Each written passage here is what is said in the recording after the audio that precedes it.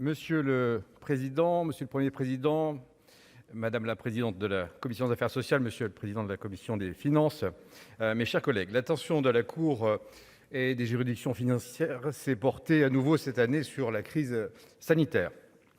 La Cour nous livre les enseignements qu'elle tire de cette crise inédite, de ses conséquences économiques et sociales, et c'est bien évidemment sous l'angle des finances publiques que son diagnostic était le plus attendu.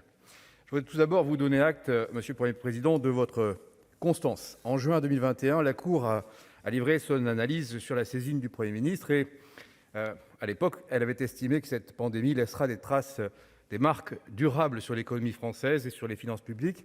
Et vous écriviez, dans ce contexte, la soutenabilité de la dette publique constitue un enjeu de souveraineté. Cette année, vous allez plus loin et c'est, de notre point de vue, totalement justifié. Vous rappelez que l'ampleur des moyens mobilisés a porté le déficit public à des niveaux jamais atteints. Elle a accru la dette publique de 560 milliards par rapport à 2019 et alourdi son poids dans le PIB de 16 points. Et vous écrivez encore que ces données situent la France dans le groupe des pays de la zone euro, dont, 2 ans après le début de la pandémie, la situation des finances publiques est la plus dégradée. C'est un constat clair que nous partageons et qui fait que le groupe Union centriste exprime sa vive préoccupation sur les choix à venir et sur d'ailleurs la campagne électorale qui a tendance à éviter ce type de débat. Vous livrez un chiffre, celui de 9 milliards d'économies annuelles, c'est-à-dire que ça fait dire qu'il faudra tous les ans économiser 9 milliards pour seulement parvenir à respecter l'objectif que le gouvernement s'est fixé à ce jour.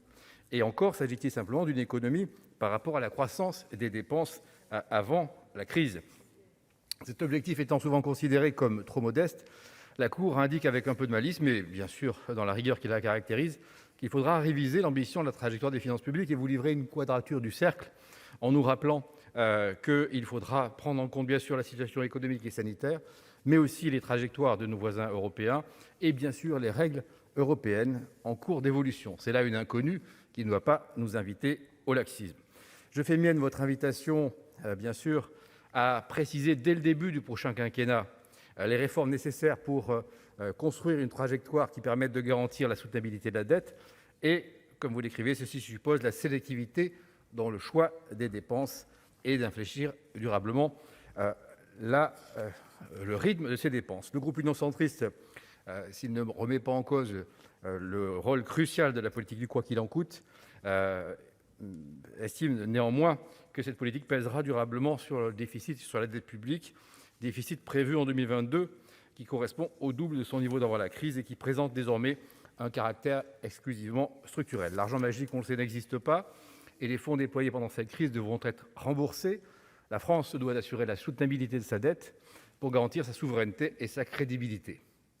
La crise sanitaire a accentué et mis en lumière les faiblesses structurelles de notre système productif, de notre modèle social et de notre transition écologique.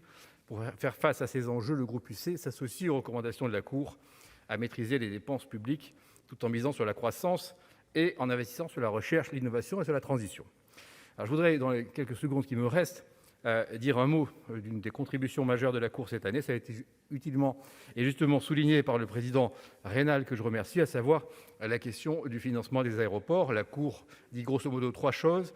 1, nous vivons une crise pandémique qui a mis fin à un demi-siècle de croissance du trafic. Ça a des conséquences majeures. Deuxièmement, l'État a un peu tardé à prendre en compte ces difficultés financières. Troisièmement, le modèle économique et le système de régulation doivent être repensés ou en tout cas réinterrogés.